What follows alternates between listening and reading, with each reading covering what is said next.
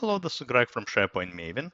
And in this video, I would like to show you how you can utilize an agent link web part that we now have in SharePoint to create a nice experience for your employees so they can easily access all these different Copilot agents that you create for them.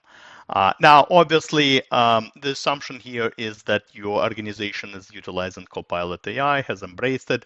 And another very critical requirement, your organization must have Copilot licenses, obviously purchased and activated in order for this to work. So assuming this is the case, let me explain to you what I'm talking about. So look, um, if your users, as you create all these different Copilot agents, right, we have a default agent for the site, and then we have all these different custom Copilot agents that you create. But the experience, right, in order to get to them might not be the most user-friendly. The users have to click on the Copilot icon and then maybe choose the proper agent and then interact with it.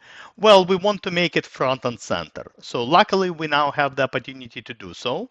And all you need to do is just, it's a web part you add to the page. All you need to do is just edit the page. So I'm editing the page and I want to add I have this area over here that's nice and empty, and I'm going to add a web part that's actually called Agent Link. You will find it right under AI section.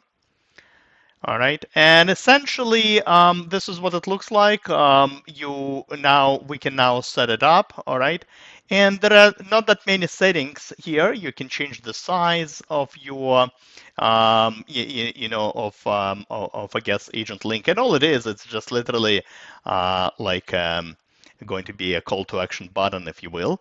But yeah, let's choose, I guess, the large size, and then you choose one of the agents. So in my case, these are all the different agents I have.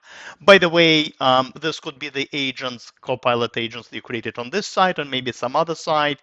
You just use the search box to find the one you want. Let's proceed with, I don't know, let's see, risk management agent I created. All right, so as you can see, it added this in here. And yeah, you can play again with the size of it, not too many options. And then whether or not we want the title, appearing. All right, so I guess let's hide it. And that's it. You just literally add, republish the page, and that's pretty much it. And essentially now, right, because obviously, this is not the most user-friendly experience. Now all the users need to do is just literally click on this button, and here we go.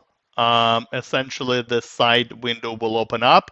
It will default to the agent that obviously you configured within the web part, and now I can pretty much interact with it and ask questions and so on. So pretty nice experience in my opinion. Hopefully this web part will be improved down the road. I think I would like to see personally some additional customization options, but definitely in my opinion this is much better than than having to navigate to this icon over here.